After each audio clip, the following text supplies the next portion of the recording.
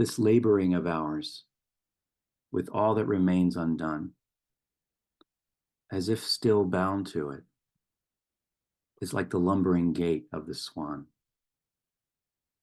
And then our dying, releasing ourselves from the very ground on which we stood, is like the way he hesitantly lowers himself into the water.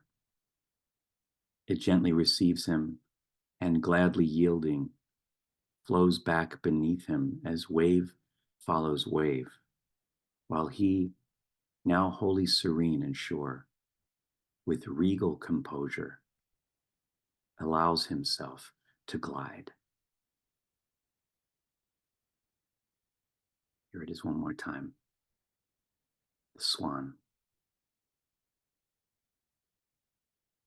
This laboring of ours with all that remains undone, as if still bound to it, is like the lumbering gait of the swan. And then our dying, releasing ourselves from the very ground on which we stood, is like the way he hesitantly lowers himself into the water. It gently receives him, and gladly yielding, flows back beneath him, as wave follows wave, while he, now wholly serene and sure, with regal composure, allows himself to glide.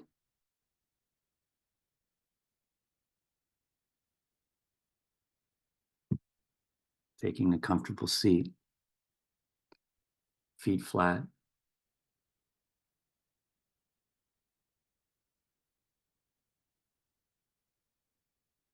hands facing up on your lap if that's comfortable, or in any pose consistent with your tradition.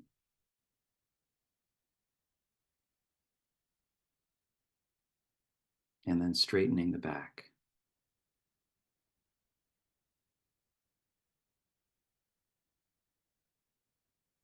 Lengthening the neck just by a millimeter or two.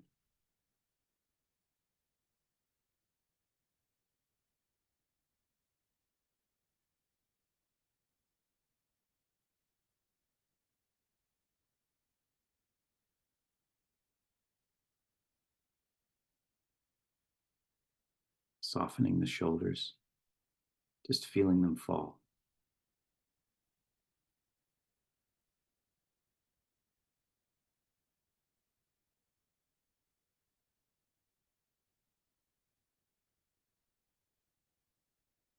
Softening the muscles in the face.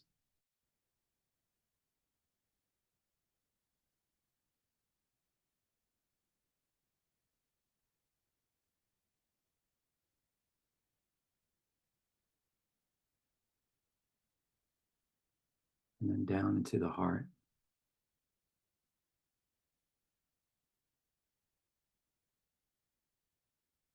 Taking off that armor. Allowing yourself just a moment of undefendedness and vulnerability.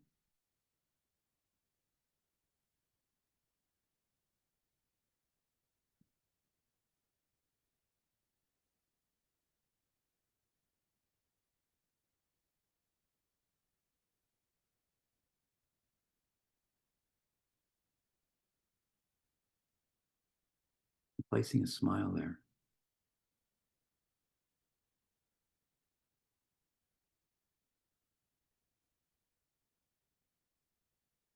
And if it's difficult, just put your hand on your heart.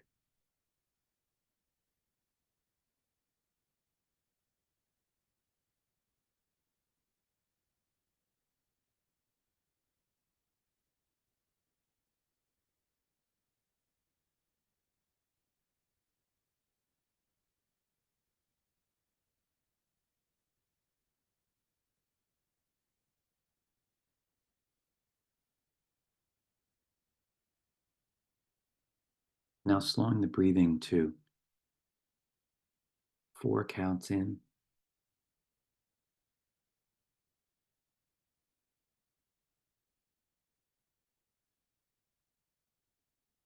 and 5 counts out.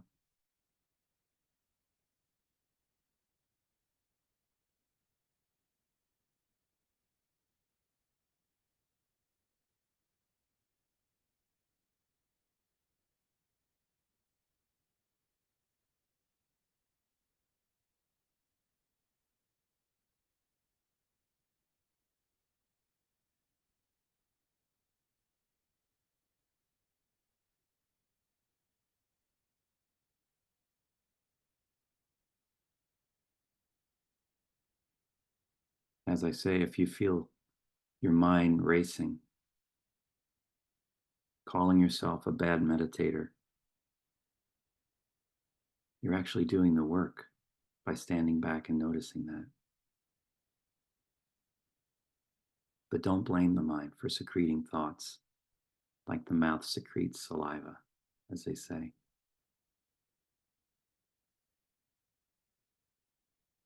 Just stand back and watch it.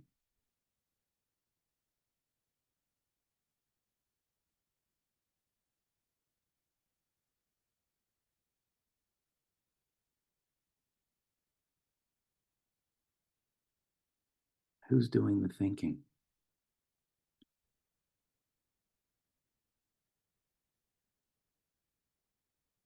And who's doing the watching?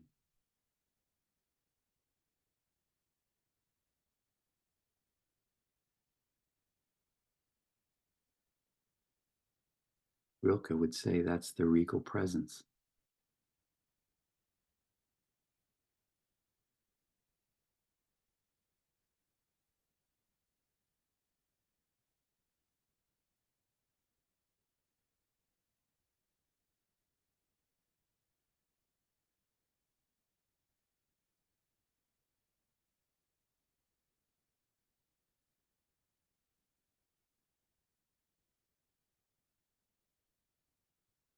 And now we're in it.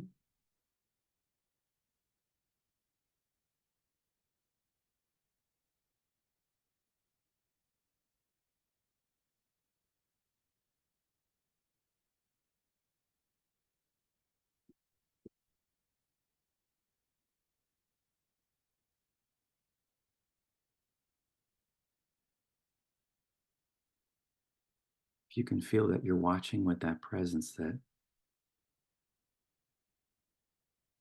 doesn't get older,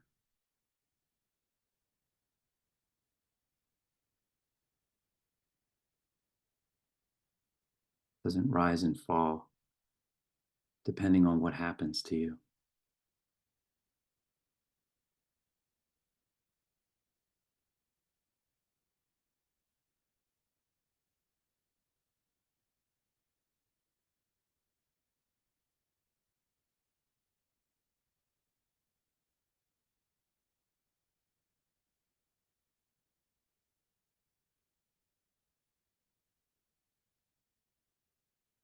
Something that receives and lets go with great ease.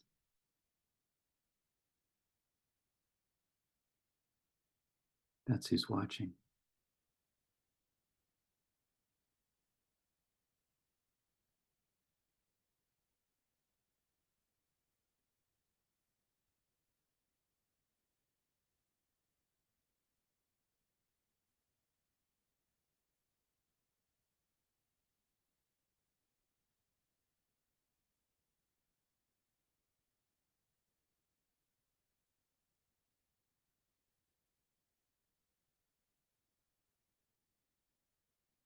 The swan,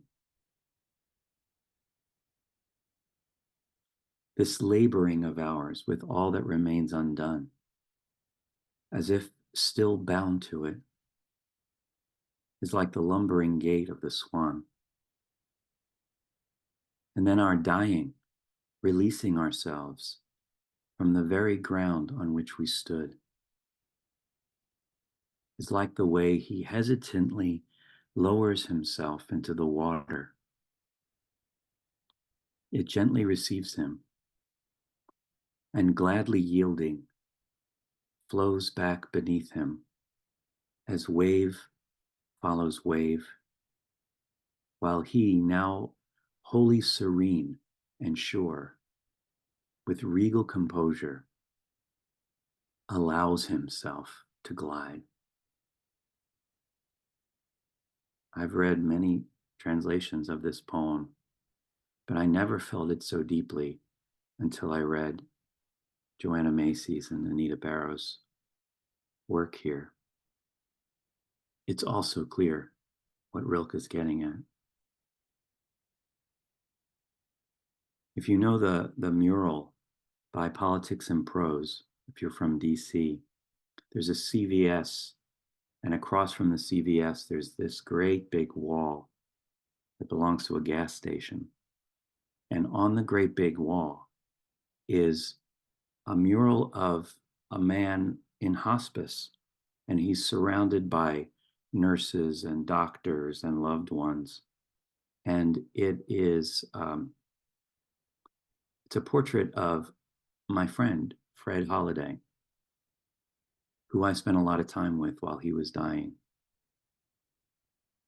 He was a colleague of mine at American University, and he passed away about 15 years ago.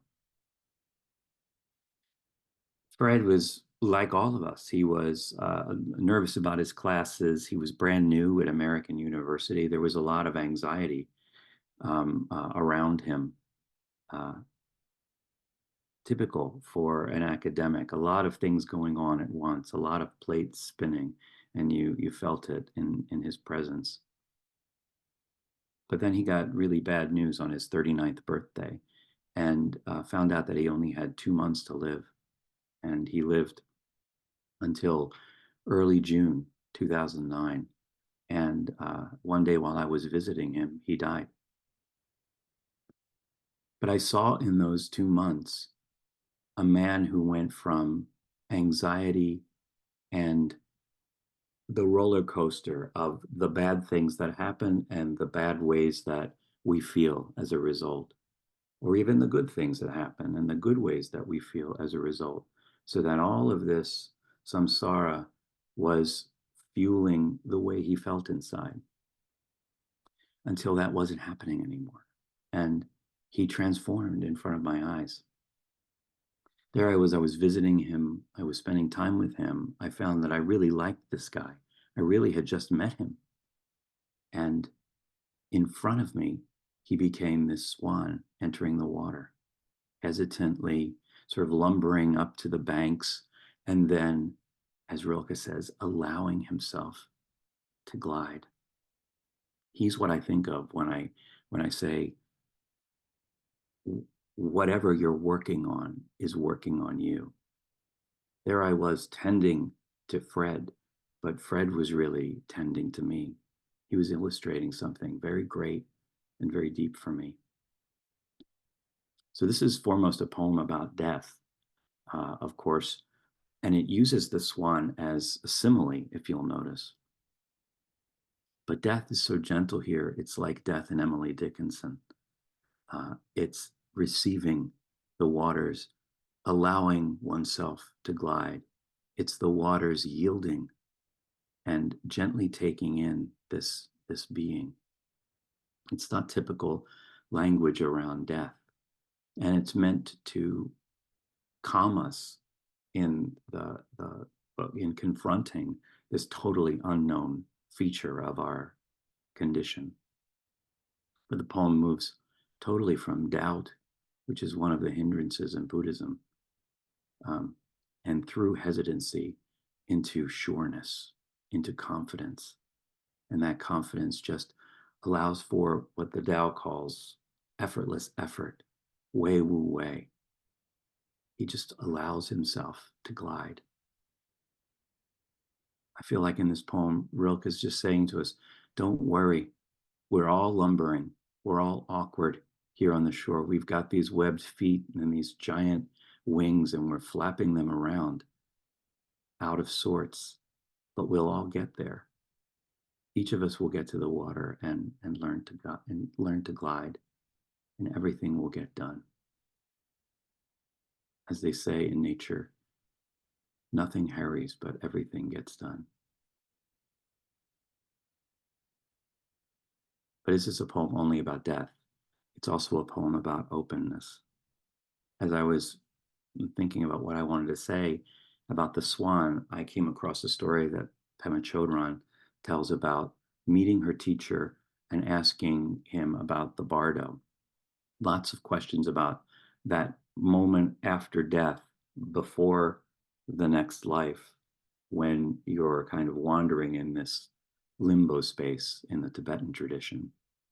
And the teacher finally turned to Pema Chodron and said, "Look, we're always in the bardo. This morning, I was getting up and I was preparing to come and see you, and that's over. And now I'm here. And there's nothing I can do about this morning. This morning is like another life to me. And here I am in this situation, living with the consequences and the propensities that I earned in those earlier lifetimes, moment after moment after moment. So if each moment is the bardo, then each moment offers us an opportunity to wake up, like in those stories. We can right now allow ourselves to glide, she's basically saying. And I find that so beautiful. I'll just say one more thing, which is that it's a poem about openness.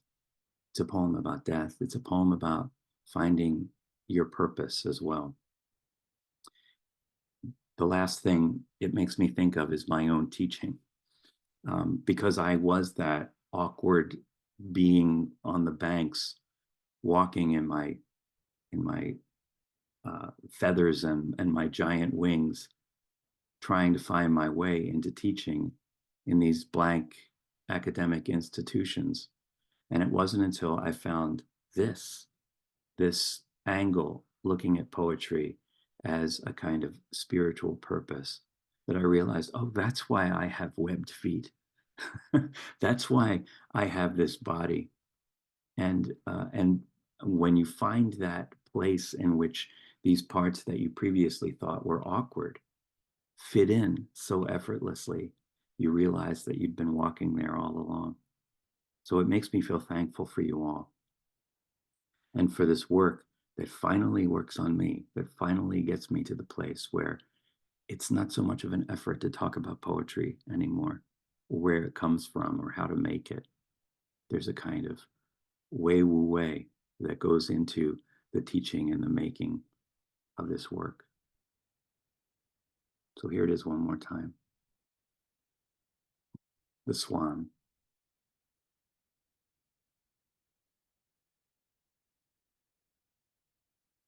This laboring of ours, with all that remains undone, as if still bound to it, is like the lumbering gait of the swan. And then our dying, releasing ourselves from the very ground on which we stood, is like the way he hesitantly lowers himself into the water. It gently receives him, and gladly yielding, flows back beneath him as wave follows wave, while he, now wholly serene and sure, with regal composure, allows himself to glide.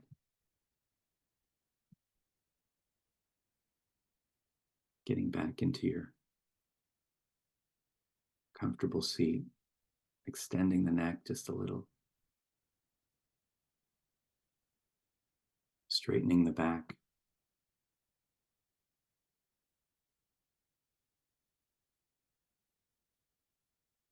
softening the shoulders.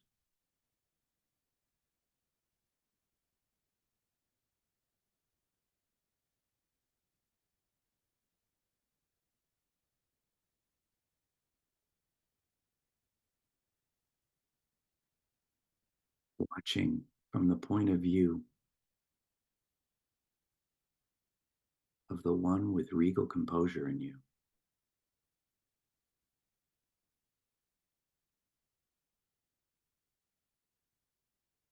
Who receives and lets go with repose, as Rilke said.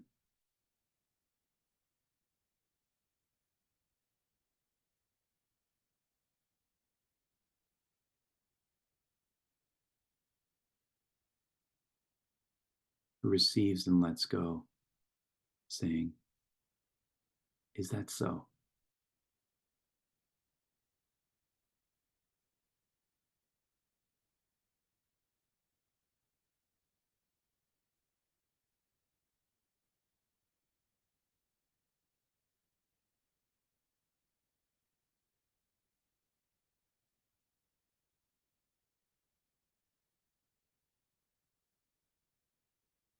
And the question I have for you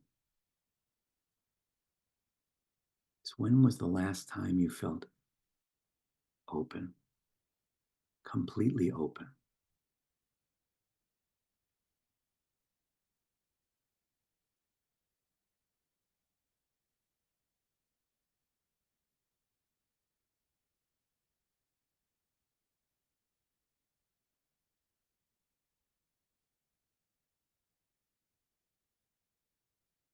Michael Singer says, just don't close again.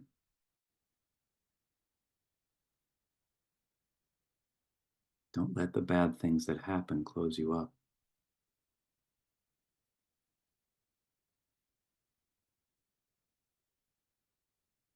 But when was it? Was it at a funeral where you felt close to everyone in the room?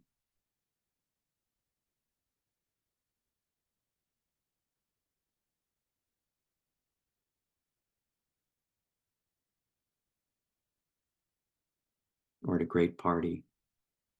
Or alone in nature? Or writing your work?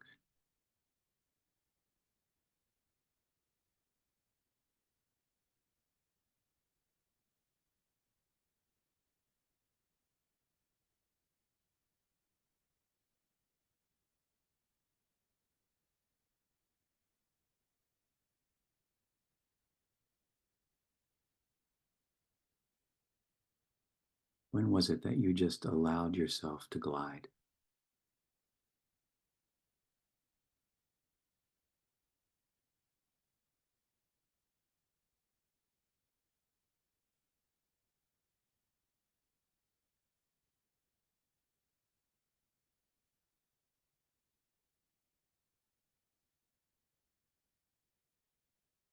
Deepening your breathing to 4 counts in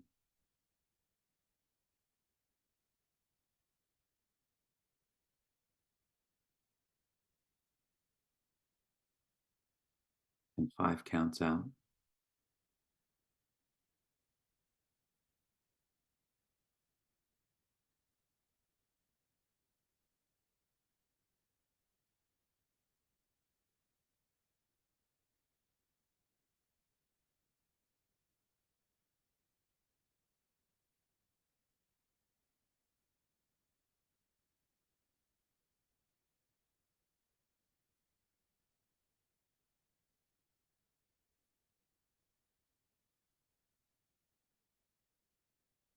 You might say,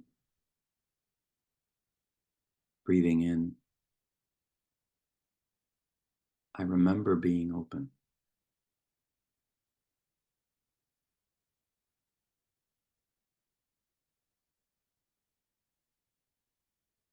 Breathing out, I can be open right now.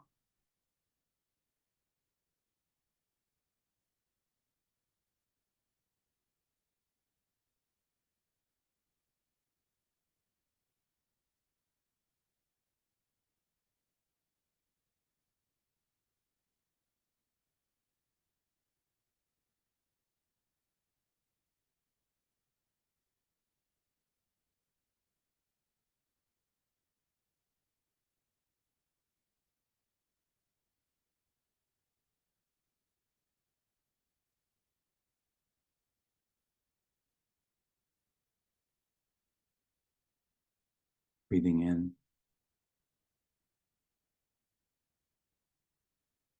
I can remember being open.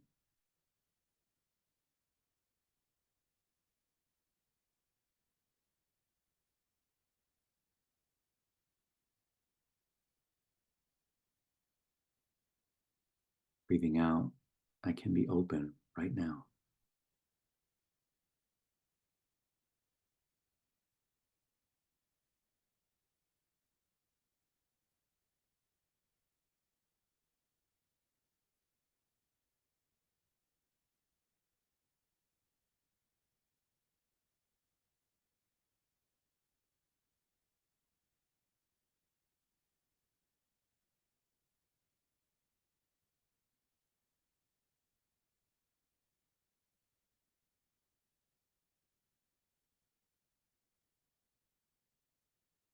You might dedicate this practice to all the swans who reach the water just before you. I remember my mother deciding that there would be no more treatments,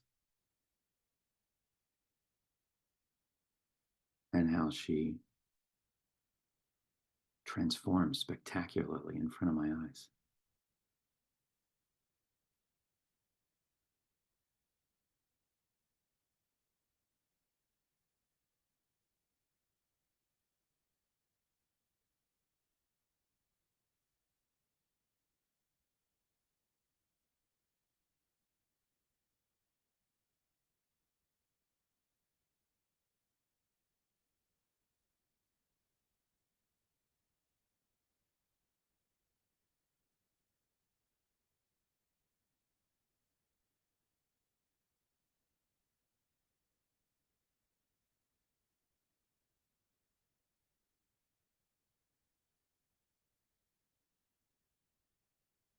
Coming back down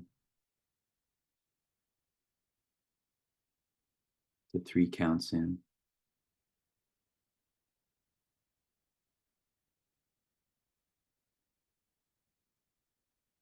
4 counts out.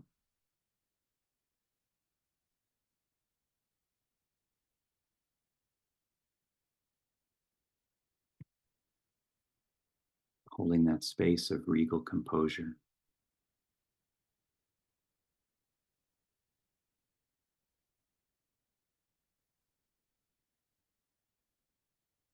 Maybe deciding to take that with you as you leave this space.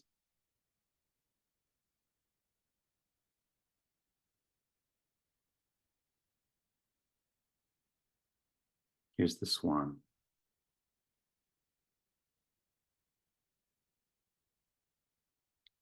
This laboring of ours, with all that remains undone, as if still bound to it, is like the lumbering gait of the swan. And then our dying, releasing ourselves from the very ground on which we stood, is like the way he hesitantly lowers himself into the water. It gently receives him, and gladly yielding, flows back beneath him as wave follows wave, while he, now wholly serene and sure, with regal composure, allows himself to glide.